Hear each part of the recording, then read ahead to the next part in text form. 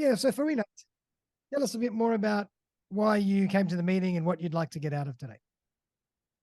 I just saw the title says recruitment, Yep. something, and that stands out. So I want to learn how to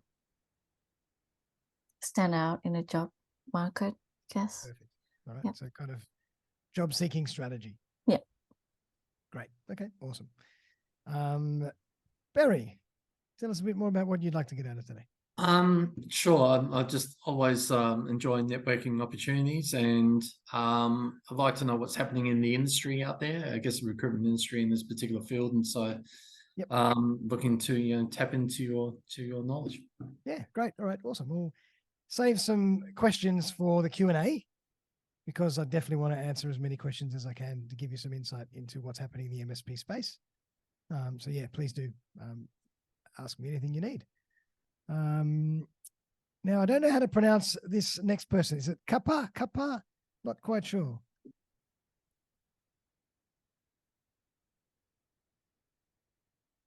Want to let us know how to pronounce your name? No? Well, let's move on to Anu. Anu, tell us a bit more about you and why you joined the meeting today. What you want to get out of it? I'm in the market looking for a job, so I thought it'd be useful. I'm looking for a job nearly after 8.5 years. So Oh, no, okay. yeah, I'm currently working, but I'm looking for change. So Great, yeah, okay.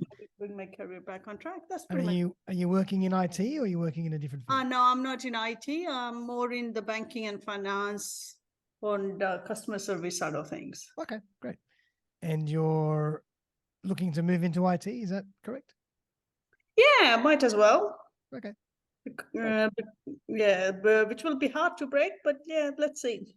All right, awesome. Yeah, well, I'll definitely go through a little bit more about some strategies that you can use to help you break into the industry. Thank you, Doctor. And Kyuka, tell us a bit more about you. How did you find out about us and what are you looking to get out of today? Meet. So coming into New Zealand for the first time, I got in September, trying to break into the job market. Okay. Yep. To connect with experts as well. So I've got the opportunity of learning, understanding how the market works. Okay. Yeah, been into enterprise IT, security, operations, engineering, and also a bit of project management. Been doing this for 10 years. Wow. Okay. Trying to get my first role here. Yeah. Wow. So you're in New Zealand, aren't you? Yes. Yes, in New Zealand and looking to stay in New Zealand. Yes. Yep. And looking at, and want to break into the industry there. Is that correct? Yes. Yep. I'm open to remote roles in Australia and Okay. New Zealand. So yeah. Great. All right. Awesome. Well, guys, there might be a few people joining us in a little while, but why don't we kick off? And what I'd like to do for the first meetup. So first of all, thanks for joining us. It's the first meetup that I'm running, so it's going to be building slow and steady, but really appreciate you joining. Just a little bit about me. I've been working as a recruiter in the IT industry for over 20 years, probably close to 22, 23 years. And I specifically recruit into the managed services space right now. I've kind of become a niche recruiter into the MSP space. For anybody who doesn't know what managed services is in IT, it's very much IT service providers or IT companies that take on other companies' IT support and infrastructure for them. So they don't have to have their own teams. And so I do lots of work recruiting into those kind of companies all around Australia. And I thought we'd brand this as a managed services meetup, but it's relevant to anyone in IT. And for the first one, I thought a lot of people expressed interest in just some general job seeking strategies and tips and tricks that might help them in their search or in their promotions even. So I thought I'd kind of go through a little bit of, give you a bit of an insight into what I've learned over the years. And I put a little bit of a deck presentation together. And then I thought we'd do some Q&A and just have a chat and just talk about the industry and ask some specific questions. Feel free and answer each other if you like, and I'll answer, and just make it very interactive. So is that all okay for everybody? Yep. Sounds Yep. good. Great.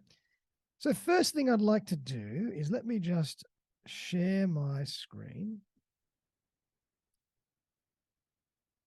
And maybe just everybody let me know, or one or two people let me know if you can see this properly.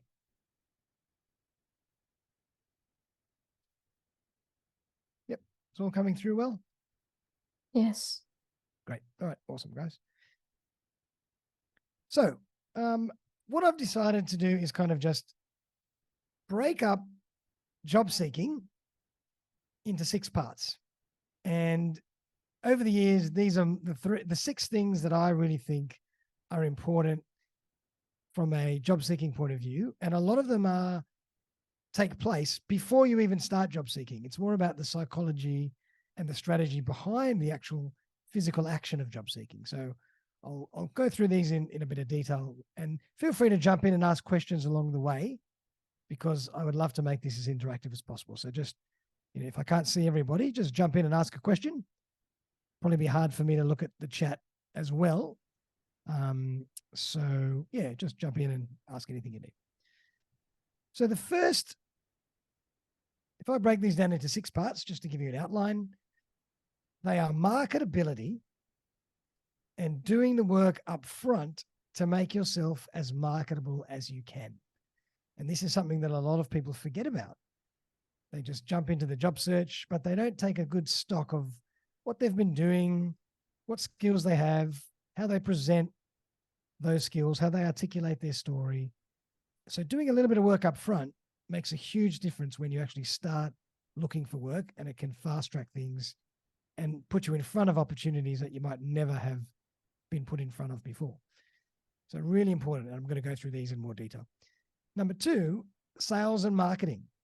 Now, a lot of people forget that your job search is your own sales and marketing campaign.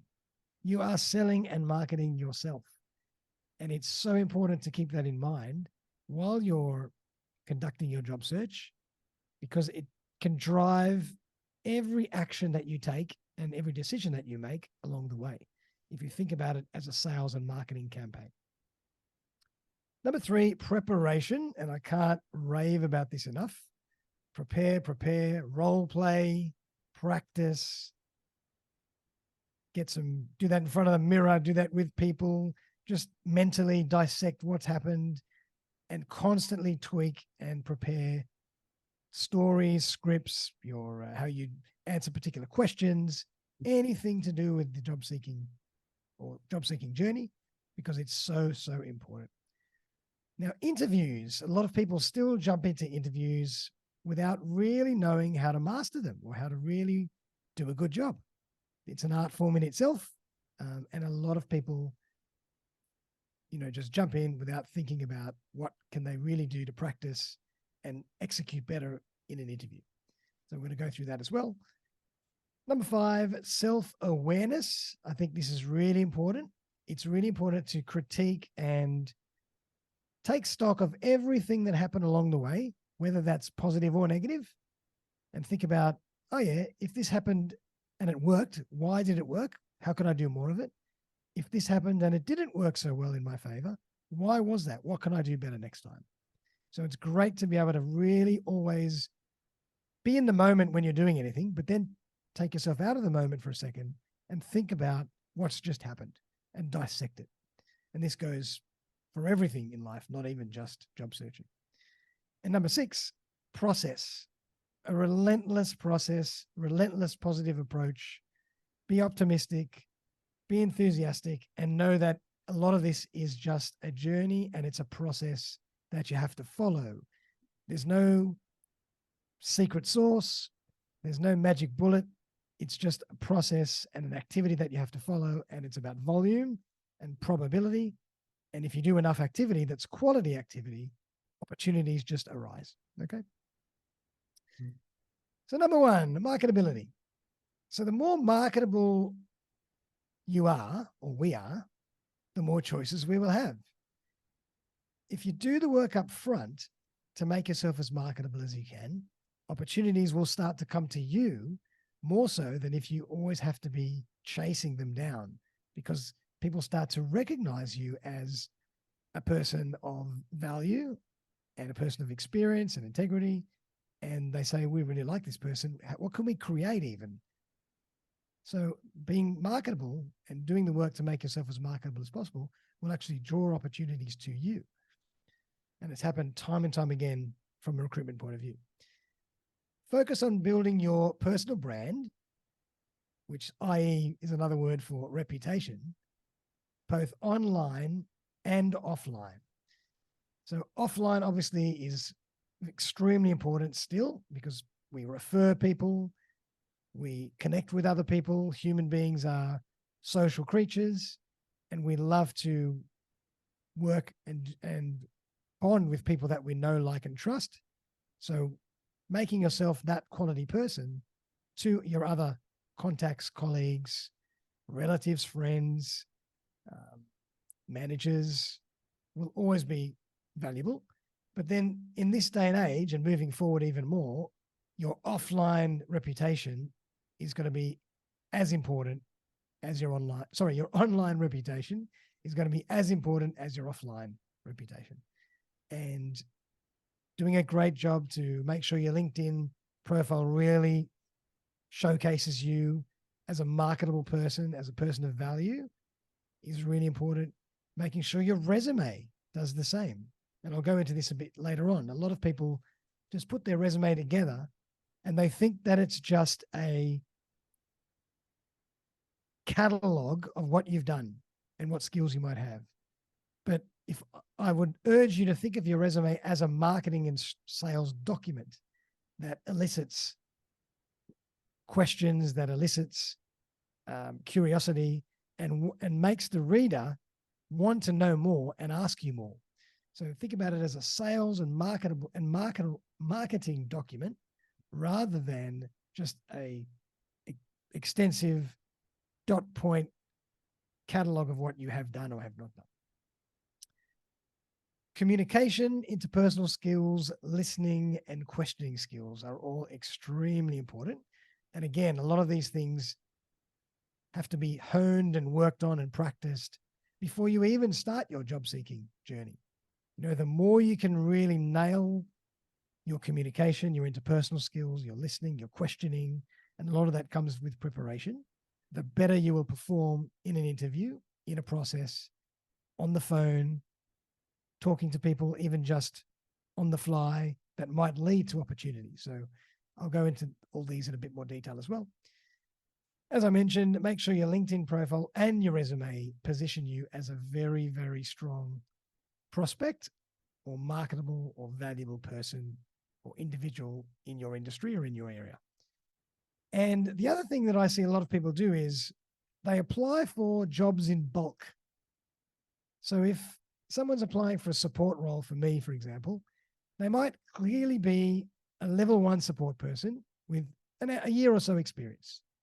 But then they'll go and apply for level 1 roles, level 2 roles, level 3 roles, and all sorts of other roles all at the same time. And then to me, that doesn't really showcase you as marketable as it could, because it's just showing that you're spraying and praying in a way, that you're just trying to throw out as many things as you can, but you're not really tailoring what you're doing to what you have done and how valuable and marketable you are in that respect. So doing a bit of thinking about what's going to be suitable for you and only apply to those roles that are most suitable for you are going to be really, really important and showcases you as a more strategic, marketable person. Any questions on that before I move on? No, makes sense. Makes sense. Great, guys. Okay, so sales and marketing. So a lot of the first slide was more about making yourself marketable, making yourself as reputable, as valuable as possible. Now the sales and marketing comes into it, and this is actually the act of selling and marketing. So this is where you really start to learn and tweak how you sell and market yourself. So think about every step of the way as another pillar or another step in your sales and marketing campaign. You're always selling yourself. You're always marketing yourself. So any question you answer, any act that you do, think about it from the prism or the lens of sales and marketing, and think about what is going to put me in the best light to allow me to get closer to my goal, rather than just doing things mechanically. Always take a step back and think, all right, if I'm going to sell myself, if I'm going to buy, if I'm going to get someone else to buy from me, what's going to make the most impact? Put yourself in the other person's shoes. Okay. So as I mentioned again, your resume is a sales and marketing tool. And a lot of people get really focused about the font, the format, the color, how many pages, et cetera, where that's not the most important thing. Of course, your resume shouldn't be 20 pages because recruiters and employers and hiring managers are really busy and they don't have time to be looking at 20-page documents. You know, a couple of pages, 3 pages max is okay. But it's more about how you put that together. Is it clear? Is it appealing to the eye? Is it concise? Are there a lot of bullet points? Have you thought about how to really sell and market yourself in a short period of time really well? Have you thought about the words you're using? Have you thought about the way you structure the flow of the resume, et cetera, et cetera? And then, of course, make sure you have lots of information to give people insight into who you are as a person and your integrity, your way of thinking, and make sure that we can contact you really quickly. Make sure there's a phone number on there. I even get resumes to this day that don't even have a phone number on them. I don't understand how people can omit a phone number on a resume. When I'm looking through a resume and I want to contact somebody, I'm searching for a phone number. So again, you're making things much harder. So think of it as a sales and marketing tool, and don't get caught up with every font, word, how many pages, etc. Think about it. Is it doing its job properly? That's the key. Okay. And the same with your LinkedIn profile. Nowadays, your LinkedIn profile and your resume can be very, very similar. With a LinkedIn profile, you can be more engaging these days. You can put emojis. You can make the fonts even more fun. You can use a little bit of AI or Chat GPT to help you. There's all sorts of things you can do now with your LinkedIn profile. You can use video. So your LinkedIn profile is a much more extensive version of who you are. And it's almost like your online resume. A lot of people would describe it that way. So I would urge people to really spend a lot of time putting your LinkedIn profile together, because it's a really powerful tool.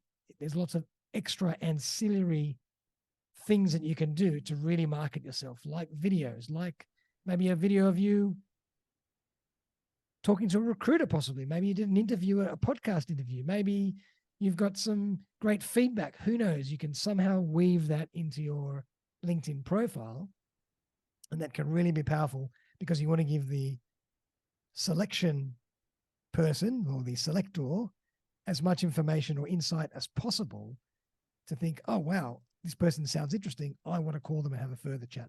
I want to learn more. So feel free to check out my LinkedIn profile. It's not the best, but I do a lot of work to keep that updated and fresh. And it's a great little example of what you can do. So remember, every interaction is a professional, both professional and personal. You are building your brand. So again, following up on what you promised, creating the right expectations. If you say you're going to do something at a certain time, make sure you do it at that time, or if not earlier. Don't let things slip through the cracks. You know, that's all these little things are actually more important than exactly what you have done, because these are the little things, the little fibers that really give us an insight into who you are as a person, what you're going to be like working for my company or my client's company. You know, what is your integrity like? What is your work ethic like? Et cetera, et cetera. What's your attention to detail? All these things can be shown in just how you conduct yourself, both professionally and personally. And these days, the line between personal and professional can be blurred, because you never know where opportunities come from. So it's almost like you have to always be ready, but it's important to be authentic and not put on a show. You're not putting on a mask. It's got to become who you really are. And to do that, you have to practice. You have to work on these things so it becomes a natural expression of your character. And the last one I think is really important, I'll go through this a little bit more, is what I call swimming against the recruitment tide. So a lot of people come to me and they say, well, what's the best way for me to job search? And I know a lot of people on this call are looking to break into new areas, possibly moving into IT for the first time, or breaking into new ground, breaking into new countries, cities, whatever. So this is a really great bit of advice that I give people. And I say to people, don't just send in a resume and wait. Don't make an application. And this is a bit contrary to what a lot of people might tell you. Don't make an application and wait. Don't even make an application and follow up after. My gut feeling and my view is to turn that whole system around. Make yourself as marketable as you can, prepare yourself as best you can, and then build relationships and make approaches to recruiters and hiring managers, either on the phone, ideally if you can, or in an email or possibly even a video form, without sending a resume, allowing you to intrigue and suggest to that other person that they need to speak to you, and then they will call you and ask you for more information. It's a very, very different way of thinking, but if you can do this well, it automatically bypasses the normal standard recruitment process, and you become another person in a totally different playing field. You're totally moving yourself away from doing what everybody else is doing, and you're putting yourself on a whole new level, on a whole new wavelength. And I think this is so important. And so what I suggest is using things like Seek and LinkedIn as databases of information, and doing lots of searching and looking around in your particular area that you might want to break into, and then trying to catalog which agencies and which agents or consultants in particular work in those areas that you're trying to break into, and then try and find a way to approach them. If they've got a phone number on their profile or on their website, give them a ring, but prepare first. If they don't, send an email, send a video message, possibly send a voice message, whatever. Try and do that before you send a resume. And you try that a couple of times. If that doesn't work, all right, you send in your resume and then you follow up as you normally would. But if you can try and move yourself around and change the way you do things, you can bypass and go to the front of the list, whereas everybody else is in the same pool of resumes that spans down 100 to 200 in my inbox, and I don't always get to everybody in the same amount of time. People are busy. Recruiters are really busy. We're inundated by messaging now on LinkedIn, on WhatsApp, on SMS, by telephone, email. It's quite exhausting, and we are only too happy for people to come to us. People that are going to be suitable. If you come to us, you've already put yourself to the top of the list. So if I can't rave about this enough, this one point, if you take away nothing, is really think about that. Swimming against the recruitment tide, being much more proactive in how you build relationships and do things. And you might even not be suitable for one particular role, but you've made such a great impression on the recruiter or the hiring manager that the next day or the next week, another opportunity might arise. And I say, oh, you know what? That person I spoke to last week would be perfect, because you've done the work up front to put yourself in the place where you need to be. So really, really important. Any questions on that? Love to hear anybody's feedback if they've ever tried something like that before. No? Yeah, I've tried a number. And maybe I can share my experiences later on when you have the opportunity. Yeah. So you tried giving people a ring up front. Is that what you mean? Yes. So most times what happens is that when I see a post, I look out for the contact number Okay. I good, try to reach out to understand what's happening. Right. And then thereafter, I will wait for feedback or something. Okay. A few things happen thereafter. I get a number of calls and then thereafter lots of silence. So I'm not really sure what's really missing. Okay. Did you actually spoke to those people? You got the phone number, gave a call, you actually spoke to somebody? Yes. Yep. Okay, cool. Yes. All right. And did you feel that you were executed well on that phone call, or whether weren't sure, or did they ask you for a second meeting or a second phone call or a second Zoom call? Yeah, so that doesn't happen. And that's why I'm actually on this Okay. call today to really find out what's really missing. Okay, great. Well, let's go into that in a bit more detail in the Q&A section as well.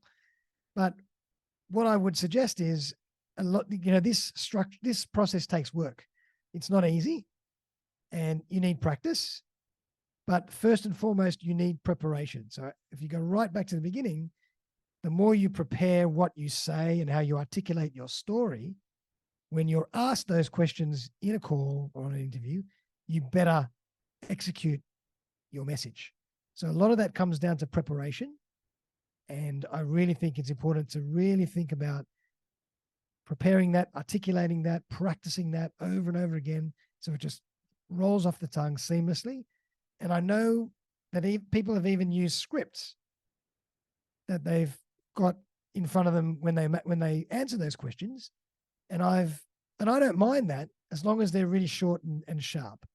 But sometimes someone once used a script with me and they went on for about 5 minutes, and then I realized, my God, this is crazy. This person is just reading off a script for the last 5 minutes. That's just madness. But if you've got a couple of lines or a paragraph, fantastic, no problem at all. Because the more you use that script, it'll become so natural that you'll know it off by heart. And at a certain point in time, you won't have to use the script anymore. Right? So you're basically finding a way to practice and get better at how you execute your message and execute your story. But we're going to get into all that a bit more later on. All right. So it kind of moves into preparation. Again, prepare, role play, practice everything. Then critique. Again, what might have happened? How could you tweak things further? So practice is everything, and I would really recommend role playing. If you can video yourself or record yourself, that's even better. I know it's a bit intrusive sometimes, but it can really give you great insight into how you're coming across. Just press Zoom, start a chat, and talk to the screen, and then you really can find out how you can tweak your approach. It's always great to have a little 30-second commercial. In the old days, we used to call it a 30-second commercial, but it doesn't have to be called that. But people ask you, oh, what do you do? Tell me about yourself. If you can have a really clever couple of line response to that, anywhere you are, it's amazing what that can even do. You might even be in an elevator one day. That's why it's called an elevator pitch. And someone might ask you, and you never know who that person is and who that person might know. And you never know the opportunities that might arise just from that answer or that interaction. But you have to be ready for it. So think about always being ready. That's really the answer to this. And the other thing that a lot of people do when they're on a call with me is that they tend to go off on tangents. And I hate using the word ramble, but I'm going to use the word ramble because it just throws the conversation to another whole direction, and it doesn't help your case in any way or form. Like when I make a call and I'm trying to ascertain and draw out some information, I want short, sharp, articulate responses so I can further the process and then decide whether I'm going to continue to bring you in, have a call with you, have a Zoom with you, have an interview with you, etc. And I don't want to be listening to people going off on tangents about what they did and all this kind of stuff if I didn't ask for that. So really important. And I think people tend to really go off in tangents and just go into too much detail when that detail is not necessary at that point. In an interview, yes, people might ask you, explain to me give me a situation when this happened. Tell me a bit about it. And then you have carte blanche to go for 10 minutes. But that's a very different approach to when you're on a quick phone call or a quick introduction, you don't want to go into that detail. So really think about that. And self-awareness is key here. So we'll go explain that in a bit more detail later on. So then we get to the interview. The job interview, again, is really, really important. It's the main avenue for you to sell and market yourself, particularly sell yourself. So this is now all the work you've done up till now to market yourself and make yourself as marketable as possible. This is the time to shine. And so that's when you have to really nail the interview as best you can. And that's when it takes a lot of work and, again, a lot of preparation. And one part of this puzzle that I want to mention is that these days, a lot of skills can be taught. They can be trained, but soft skills, not necessarily as much as hard skills. So really pay attention to how you come across your interpersonal skills, your communication, your diction, your speed of the way you speak and the way you communicate, etc., your eye contact, your enthusiasm, all this kind of stuff is really, really important, even more so than the actual skills and experience, because if there's a few little gaps, they can be trained really quickly. The other stuff, not as much. So it's really important to nail that. And the more you interview, the better you get. It's happened to me. So I've broken this down into 4 parts. Prepare, engage, question, and sell. And in that order. Okay, so in an interview, prepare, engage, question, sell. So what do I mean by prepare?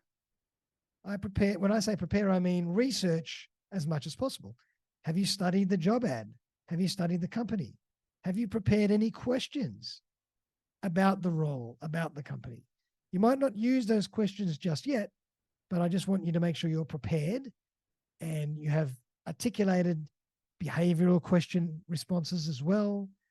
You've prepared as much as you possibly can so that when you go into that interview, you are ready, you're comfortable, you're confident, and you can be in the moment, and you can kind of let your subconscious mind deal with all these things that you've prepared beforehand. A lot of people don't do enough preparation, and then when they get into the interview, it's very easy to see. So prepare, number 1. And number 2, just a little bit more about how to engage.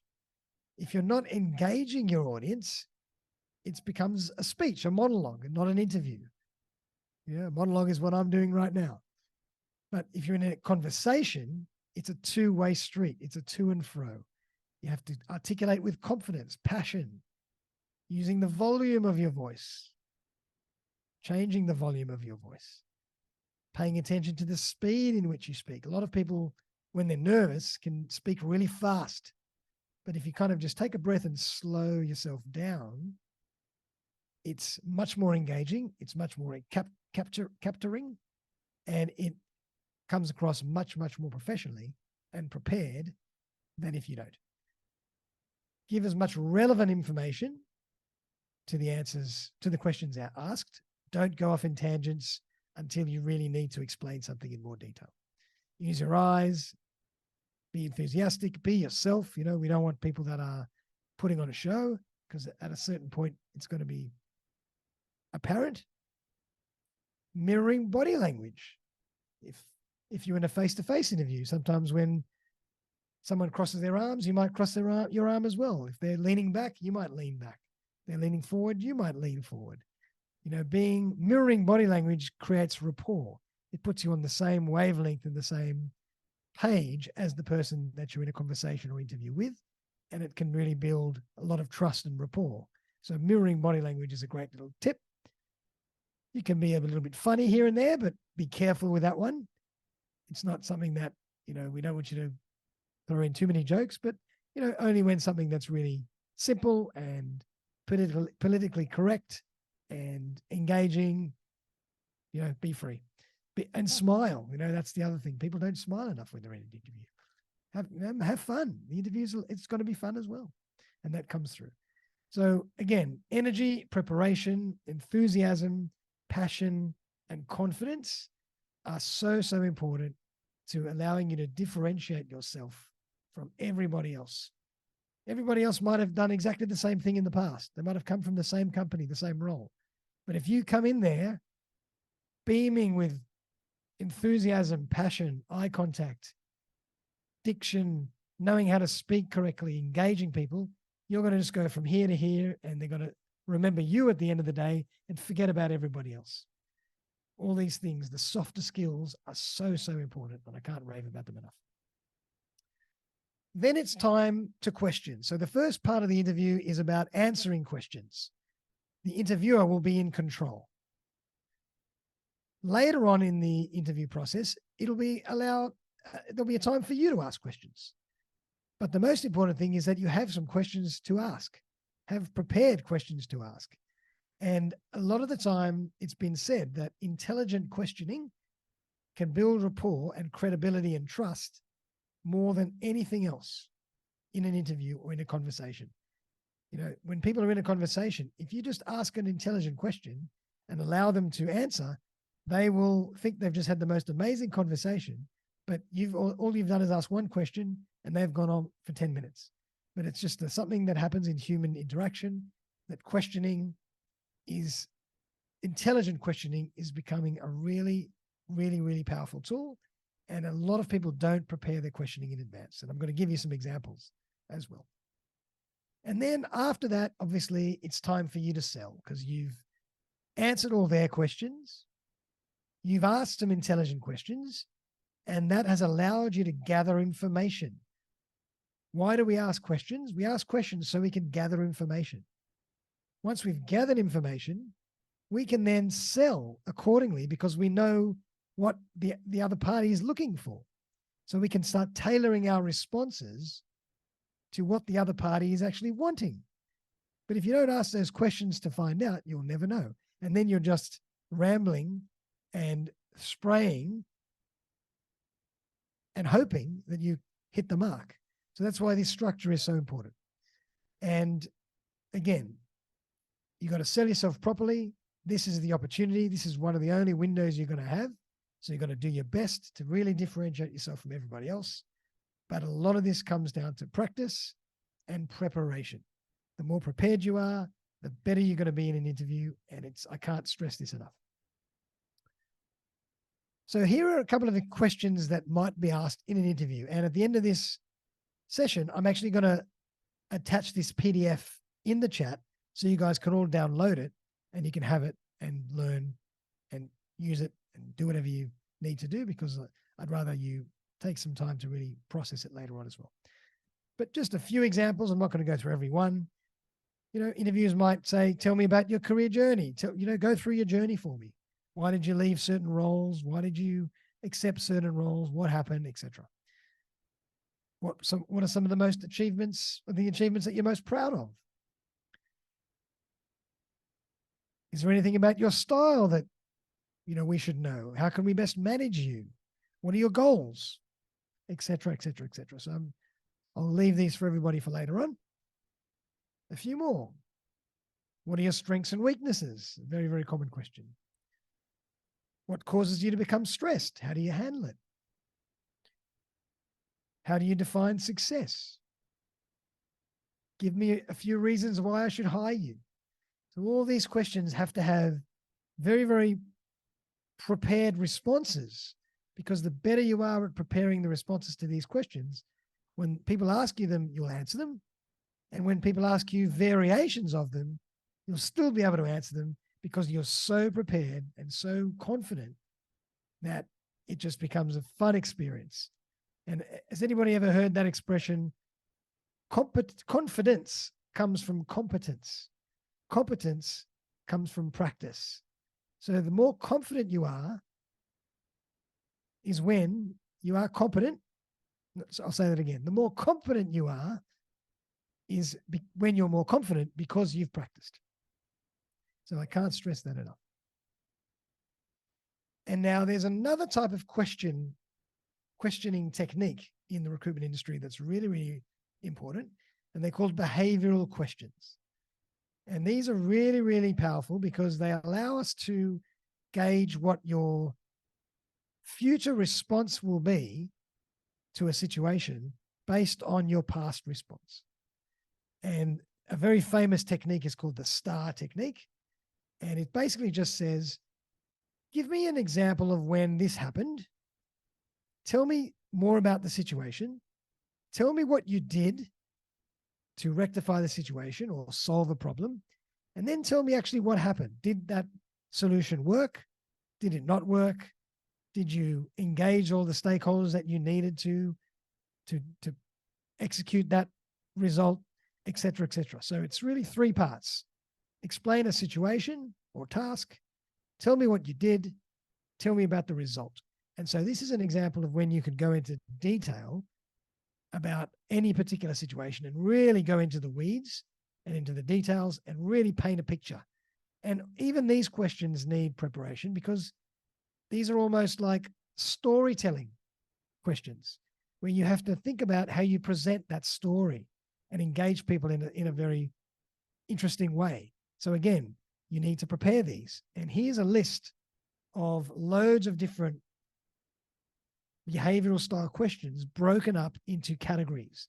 And I always tell people, think of a couple of these, maybe 4 or 5 in total, and then you can then draw on them when you need to in an interview, and you might even be able to mix and match them. So try and find things that might be applicable to a couple of different categories. You don't have to go through everything and have prepared responses to everything. That's just too much. But take 4 or 5 and it'll really make a difference to your interview. Now, here are some examples of questions to ask.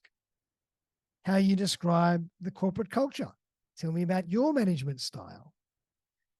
What are some of the qualities of the individuals that you have had success with before in these roles or these organizations or departments? What will the first 3 to 6 months of the job look like? What will a typical day look like? Et cetera, et cetera, et cetera. So I'll leave these for everybody who wants to think about those, but great questions to have in your arsenal when you're in an interview. Again, questioning is extremely powerful to build trust, credibility, and rapport, and allow you to differentiate yourself from everybody else. Now, the 5th pillar of this process that I've put together is what I call self-awareness. And self-awareness kind of is incorporated and entrenched into every part of the process and everything we do. I really want everybody to reflect on and critique everything that happens along the way. You made a phone call. It was good. It was bad. It was positive. It was negative. What happened? Why? What can I do better next time? What should I continue to do? What worked? Really critique everything you did. You wrote an email. You had a response really quickly.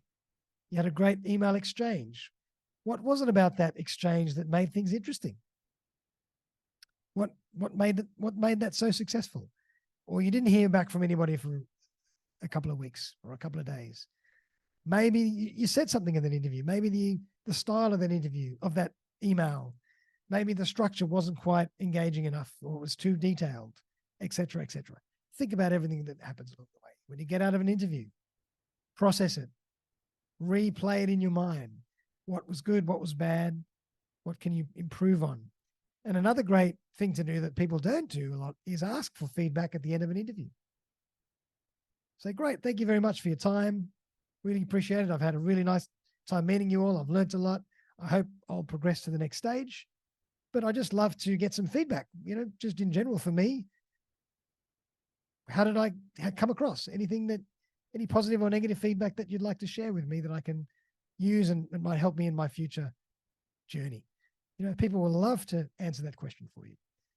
Something really, really simple that a lot of people don't do. And the most important thing, remove ego. A lot of people, when they're interviewing, think that they come with all this experience, all this knowledge in a particular area. They've been paid so much in the past. They are worth so much, and any other role is going to be beneath them. Try and remove all that and think about every new process as a blank page, as a new journey, because none of us know everything. There's always differences in every organization, in every role.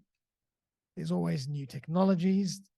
There's always new things to learn, new methods, new methodologies, and becoming very humble and modest and removing your ego can really make a difference in your process. Excuse me. Excuse me. And in the last part, try to really enjoy your process. The process alone can be fun and it can be enjoyable. You might not have success the first time, but the second and third time you'll be better and you'll keep progressing. There's a great saying that says, it's not the result or the achievement of a result that we actually like. It's the progressive achievement of that result. It's the journey.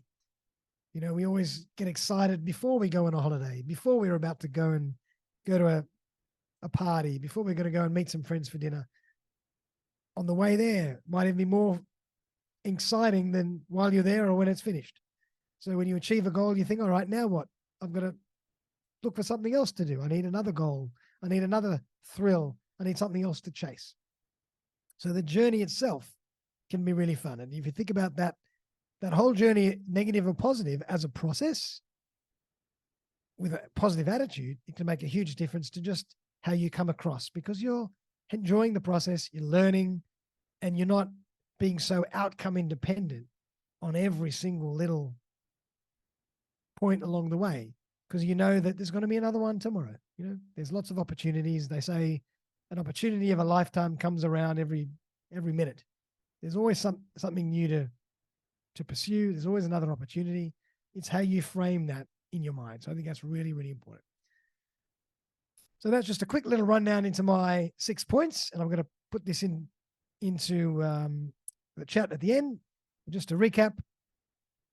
So we've got 6 parts to job seeking: marketability, doing the work up front to make yourself as marketable as possible.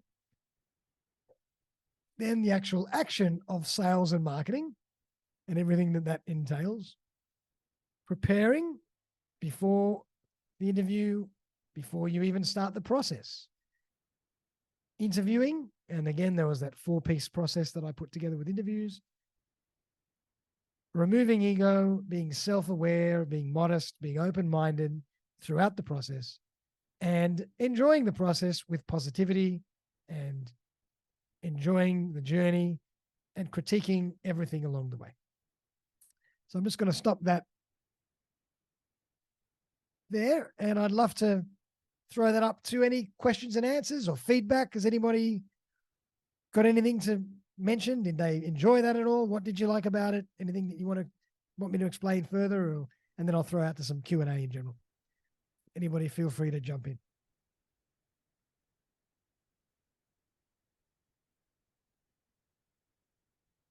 Darren, just from my personal experience lately, because I'm pretty much targeting public sector, Sure. and I find that the recruitment team in public sectors, they're just really not open to speak to you without you putting the application in.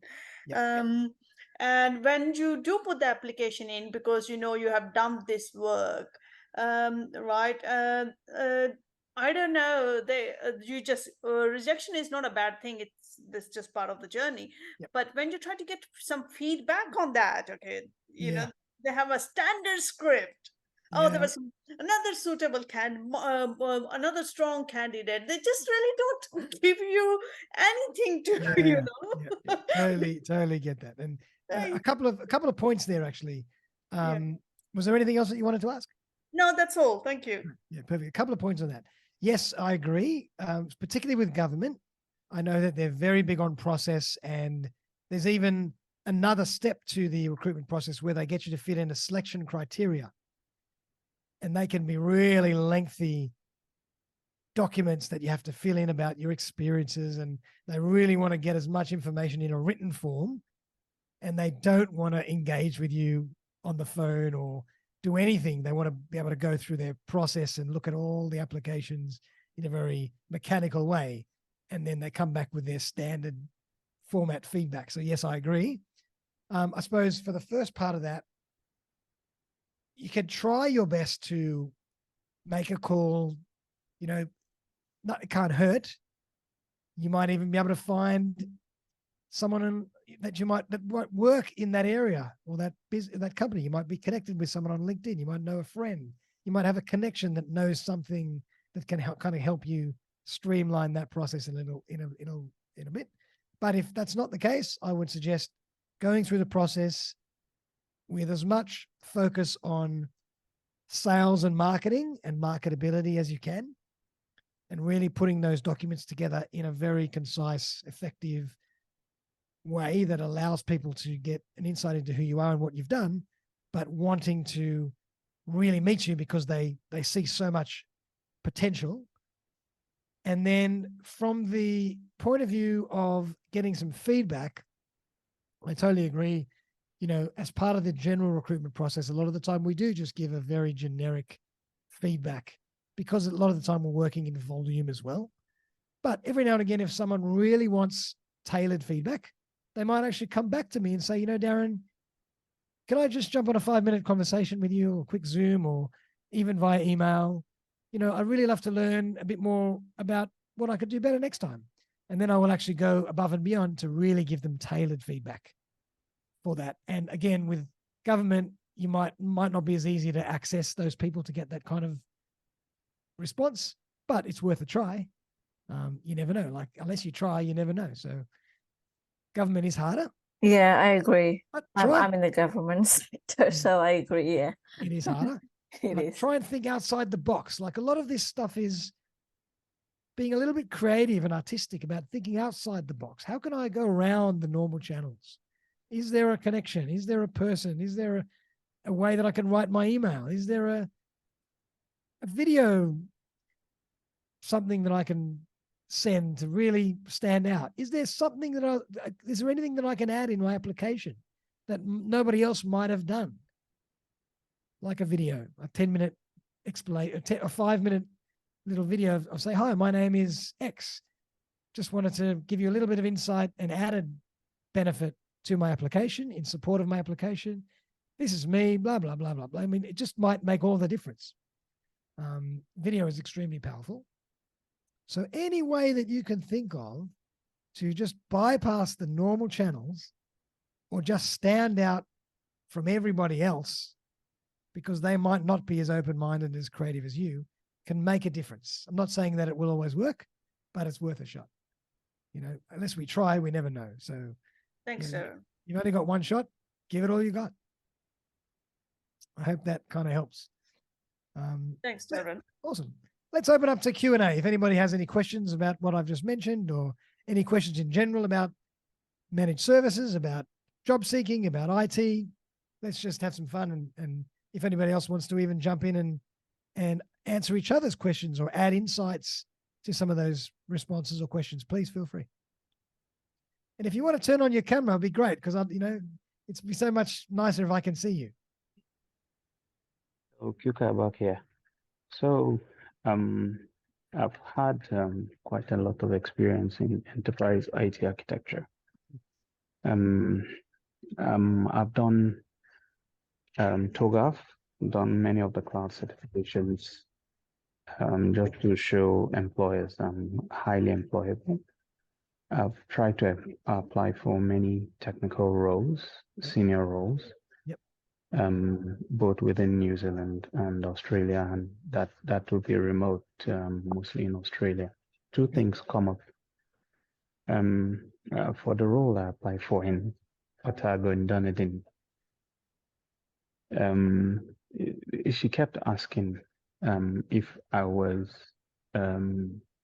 It's almost as if I needed to be in the same location as where the job is. Christchurch to Otago is about an hour, and relocation for me was not a problem.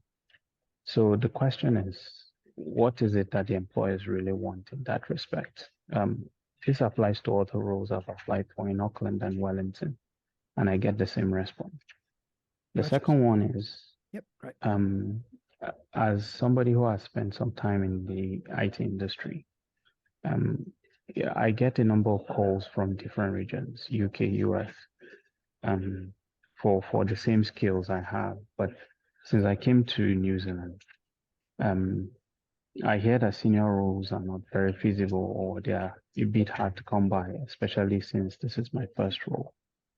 So I talked to a recruiter lately, and she told me I've been applying for very many senior roles. Applying for more junior roles would not really favor me. And she said I should really be careful about it, because what goes around amongst the recruiters. I've made about 60-something applications. 2/3 of them are senior roles, and then third are more junior roles. So the question for me is, in what direction should I continue? The senior roles are not coming through because I don't have a New Zealand experience. The junior roles, I looking a bit somehow. Why? Because many of them think about me as more senior. Take, for example, one of the companies that responded to me said, even though I was applying for an engineering role, something I've done in times past, they felt I was more of an enterprise architect than a technical person, than a more hands-on person. So it leaves me in a bit of a quagmire. How do I manage this two?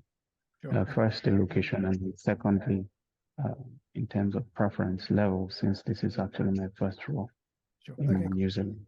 awesome. Yeah, so this is your first role in New Zealand, but you're still going to be doing what you've done before, but just the first time in New Zealand. Is that correct? Yes. Yeah, good. Okay. Let's tackle the second part of your question first. Absolutely. Like, a lot of people might say, oh, yeah, there's something in Australia and in a lot of countries, for some reason, sometimes we like local experience in a particular role. And then once you've got certain local experience, it's the sky's the limit. You're up and running, even though you might have come from exactly the same role in another place. So I would say that if it's tricky and you're not really progressing with some of the senior roles, I would say definitely go for some of the more junior roles as well. I wouldn't say do that instead of, I would say do both. And the main thing here is how you answer the question when people ask you, do you feel that you're going to be too senior for the role? That's the key here. Most people are very happy to take on people with more experience than the role might require if they feel it's safe to do so. Because the biggest fear for a recruiter or for a hiring manager is that you might take a role that's more junior, and then after a couple of months or 6 months, someone else might headhunt you, or you might see an ad that, is similar to what you're doing at the moment, but slightly more senior, and you might leave again. So it's more of a risk for them. But if you can answer the question and give them and appease their fear of risk, and basically answer that objection, it makes things much easier. So you might say, look, I'm just come here from another country. I've been doing this at a senior level. I understand that sometimes, you need local experience. So I'm very happy to take a step back in my career to go forward. And I am not the type of person that is going to jump ship. I value my employer. I value the opportunity that people are going to give me. I'm going to be loyal, and I'm very happy to move forward over time within this organization. Progression path available, and I'm not the type of person that's going to just be looking out for another role in 5 months or 6 months. So it's really how you answer the question. It might not always work, but it will definitely make people a little bit more comfortable if they know, if you paint the whole picture as to why you're doing it. If you kind of highlight the situation, and they say, all right, you know what? If I was in your shoes, I probably would do the same thing. That makes sense. Well, let's chat further. You know what I mean? So I would say don't not look for senior roles, because you might still get a senior role, but look for some junior roles as well, and just move through the process and see what transpires, see what opportunities come around. But the most important thing is how you answer the question and how you overcome that objection of, are you too senior and are you going to leave after we put in all this time and effort to train you? Does that make sense?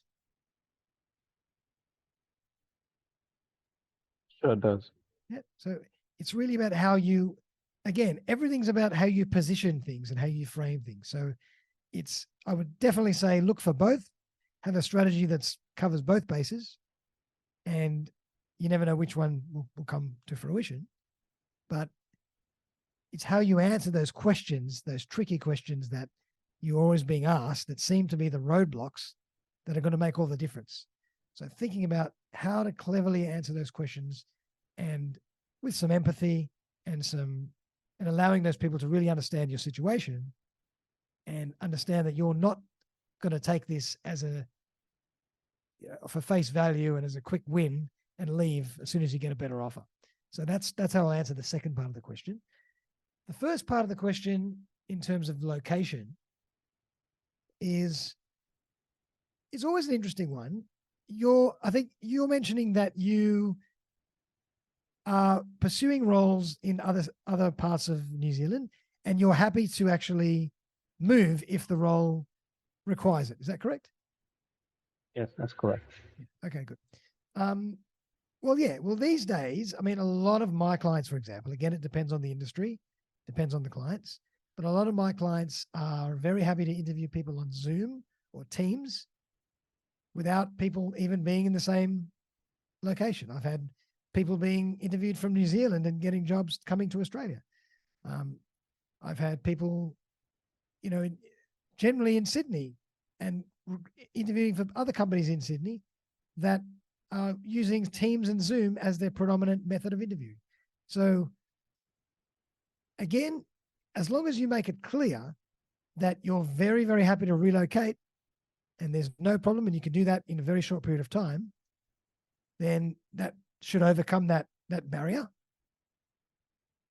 And also the fact that you're very happy to jump on a Zoom or a Teams or a video conference, just to really allow people to get full insight into who you are and how you come across, if they might not have thought of that.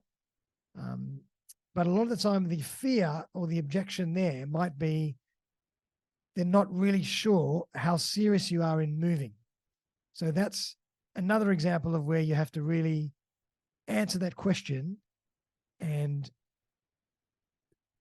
allow people to really understand that you are very happy to relocate and that you're actually applying for roles all across the country, because this has only been a temporary stop for you.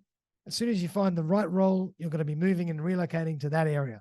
There's always a way to spin it and to present it in a way that it's going to be more geographically favorable. And people have said that to me. They've said, oh, you know what?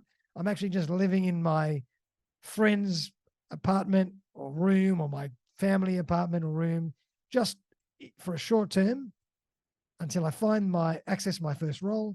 And then I'm going to be moving closer to that company. And people will say, great, no problem at all. Because, obviously people don't want you to be traveling too far for a role, and certainly not interstate, but it's how you position that and how you answer that question. Does that help you at all? Yeah. So my take home from the comments I've heard you say is presentation is key, especially when it comes to this nuances of location, the preference of whether it's a more senior or technical role. It's just me giving the employer or the recruiter the assurance that my interests are best aligned to what the company is looking for, and then keep fingers crossed, see how it goes. Definitely. And I don't want to give you false expectations that that's going to work every time, but it's going to work.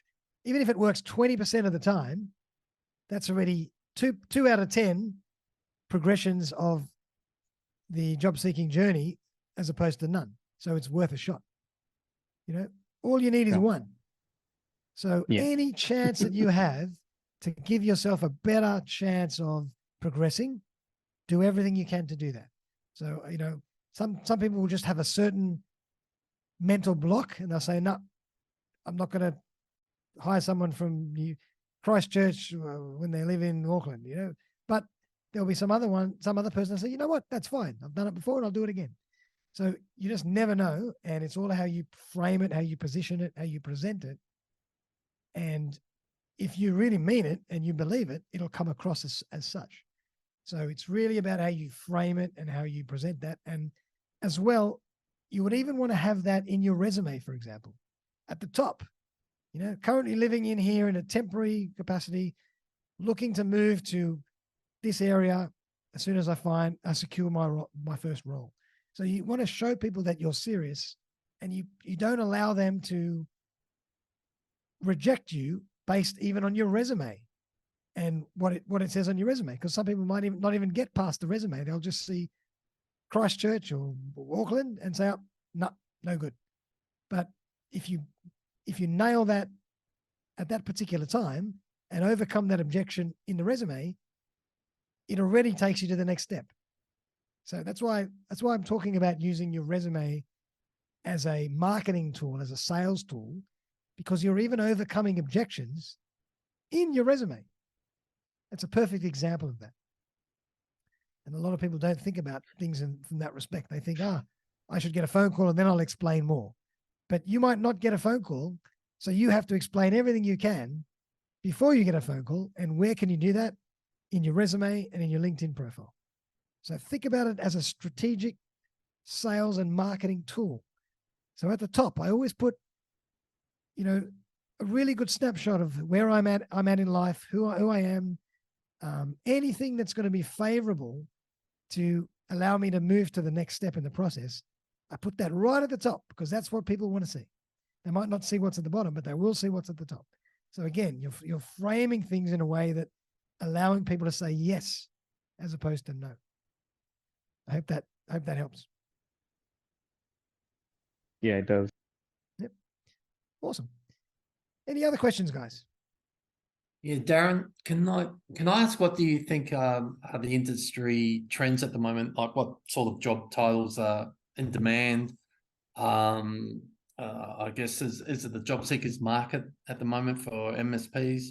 Very much so. At the moment, IT in general is very, very candidate short, and the MSP space is even more candidate short because a lot of MSPs like people with MSP experience.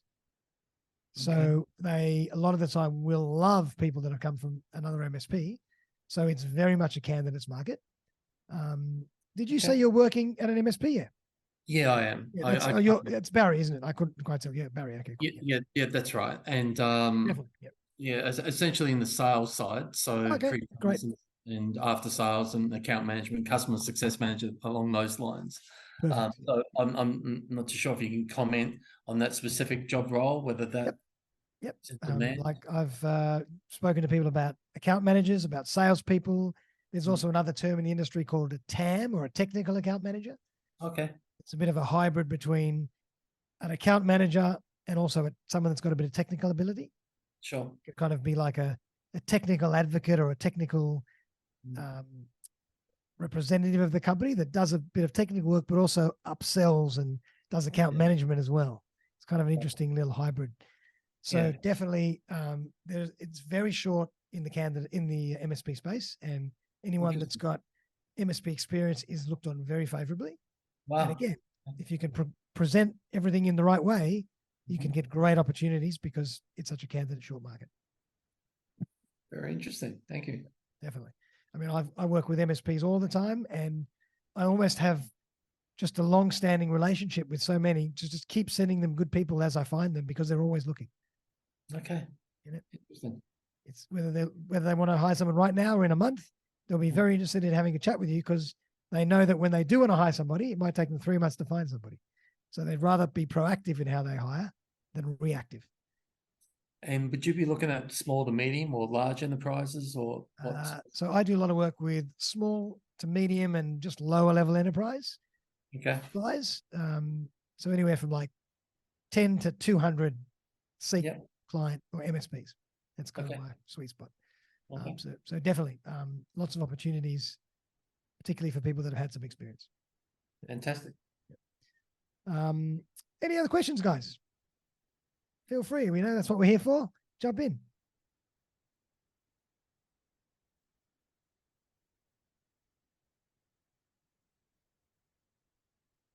Marina, nothing? Not much. Just gonna use whatever tips that I have taken photos of. Okay, I'm going to give you that document anyway, Cool. so you can have that. Because I have one upcoming tomorrow. So as I put in the chat. Sorry, I didn't see that. Let me That's have a- all right.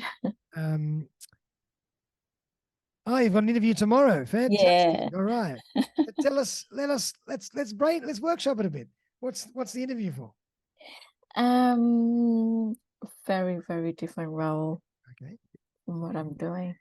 Okay. And have you ever done that role before? I'd say ages ago. And so what have you done so far? Have you done a lot of preparation? One thing I find that I'm good at is the end questions. Okay. And the latest one that I had, I actually got this impression by the panels, and because it was done on Zoom, she was impressed with one of the questions, right? And she actually said, "Good question." So, yeah, excellent. Yeah, it's a huge part of the process. Yeah. What I do find that I stumble a bit is the beginning. And you mean answering questions? Or just Yes. articulating Yes, your journey? putting them in structure, because like you said, rambling, I do that when I'm nervous. So do we all. Can't help it. Yeah. Okay. So my takeaway would be do a little bit of preparation tonight, a few times, over and over, spend an hour trying to articulate your journey, because people might say, well, tell me a bit about yourself. Tell me a bit about your journey. Why do you want, you've worked in the most common question will be, why are you looking to move into this role? You're doing something a bit different. So why are you looking to get into this role? And what makes you think that you're suitable for this role? So I would already start to think about how I can answer that question. And that even that preparation alone will help you answer other questions, simply because you've spent time tonight for an hour or two thinking about the answers to that. And then you can bring some of that stuff into any other question that you ask tomorrow.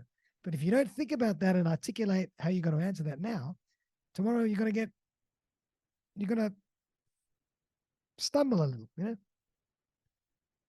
And as Barry just said here, you're not rambling now. You sound very articulate, which is fantastic. that's because it's a different situation, Barry. Right. Thank you, though. But stay calm, slow your speech, be confident. But the key is the more you're prepared, the better you can do that. When you're not prepared, that's when you get stressed. That's the key here. So if you can prepare all the questions or a lot of the answers beforehand, when you go tomorrow, you're having fun because you know the answers. You're not stressed. You don't ramble.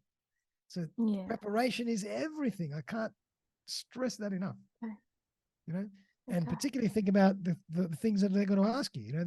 You might know a little bit about the industry. So, look, I'll give you this document and you can have a look at all that stuff. But definitely answer some of those behavioral questions. Get ready.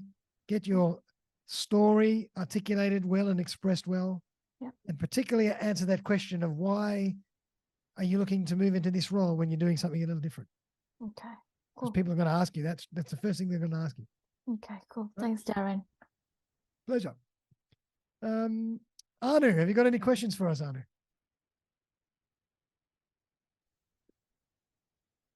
No, I'm all good. Thank you, Darren. All good. It's How did you find that so far? Anything was that valuable for you? No, I was gonna give you some feedback, given you asked for the feedback. It was a really a useful session. Okay, great. Yes, most of the things that you shared in there, like, get in touch with them, is in the preparation. I used to do that like many, many years ago when I was starting my career.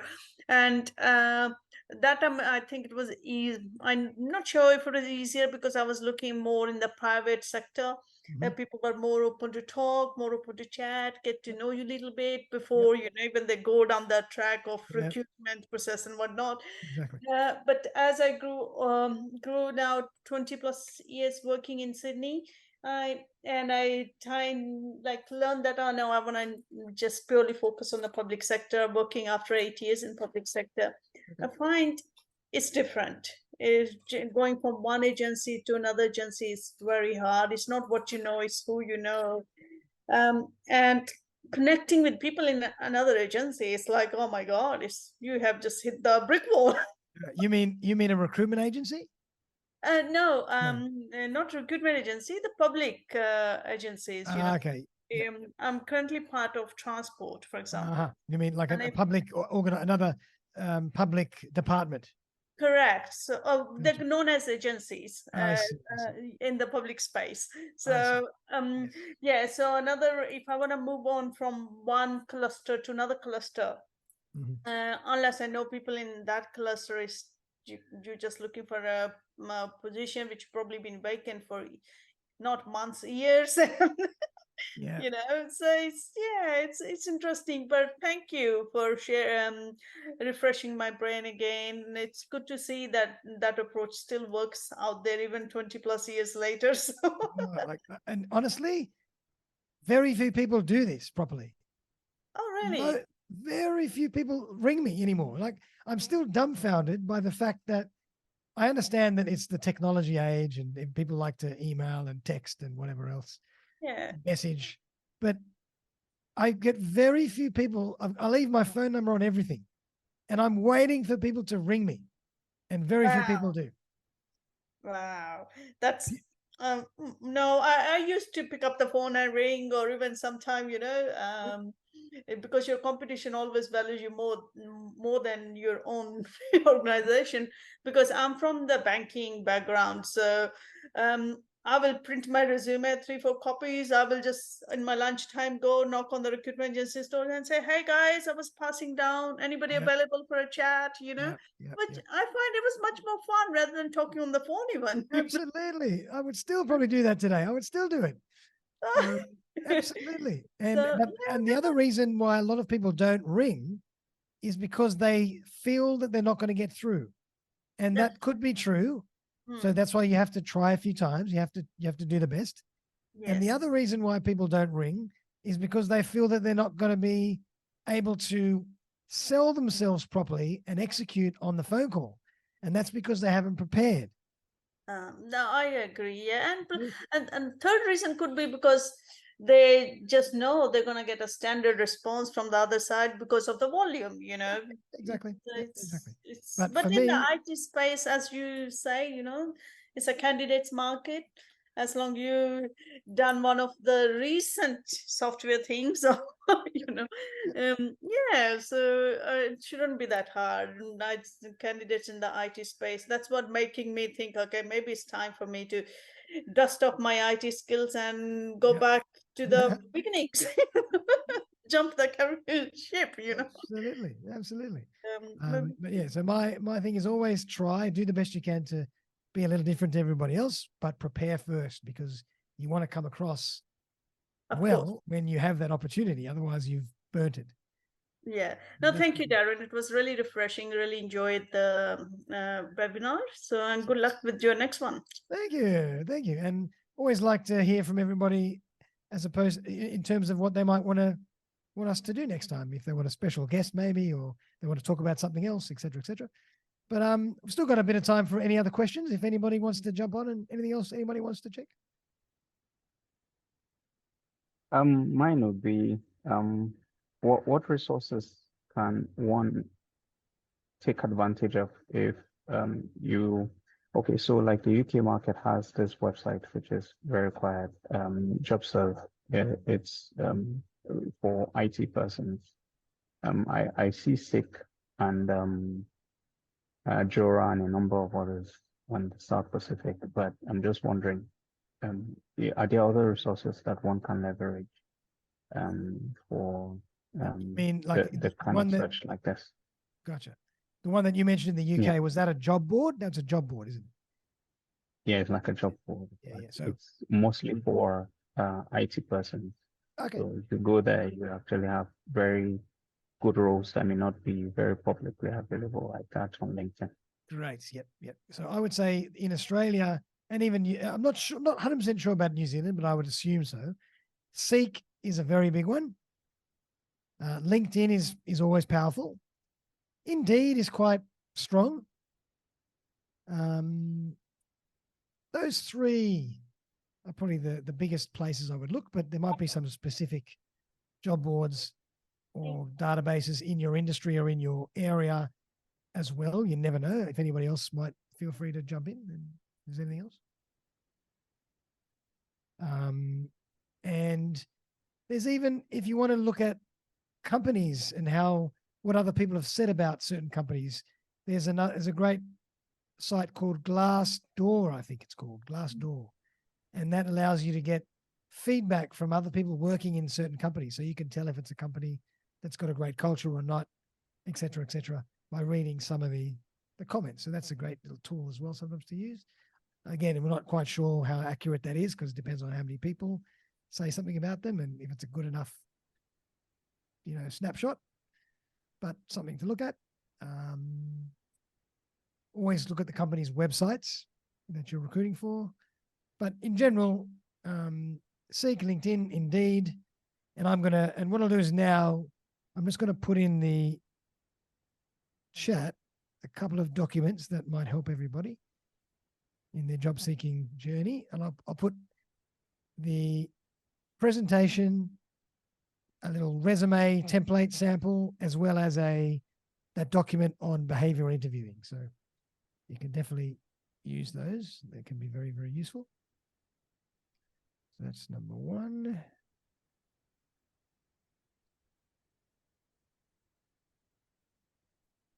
Sorry. Put another one in. That's number two.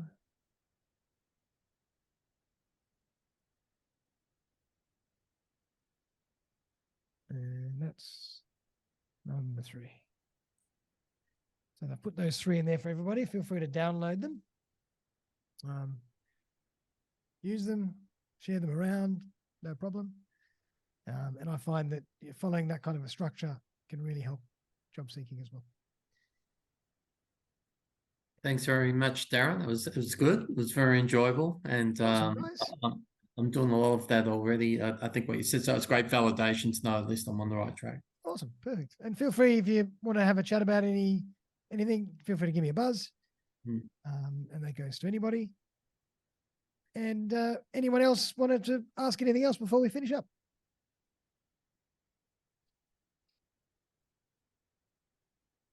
No. All right, good. Well, guys, really appreciate you coming along to the first meetup. Hopefully we'll grow nicely. I'd love you to tell your colleagues and friends and contacts to come and join us next month. And if you have any particular questions or topics that you'd like me to discuss, please pop them in the meetup chat so I can prepare something for you. Or there might even be some special guests that I can bring along as well to talk about different things. So we'd love to see you. And when's the next one? so the next one is again another month. So the next one, I'll give you the date, will be the 14th of December. Okay. So and Farina, good luck tomorrow. Thank you. Thank you so much, Darren. Good luck and just Thank prepare you. as much as you can. Yeah.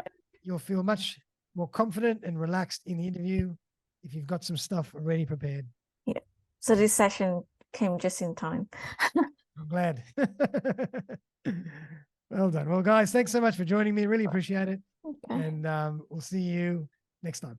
Right. Good night, Yes. everyone. Bye. Thanks, Darren. guys. Good luck, Verena. Bye bye. Bye. Thank you guys. very much. Yeah. Pleasure. All the best, Farina. Thanks, Yuka. Bye.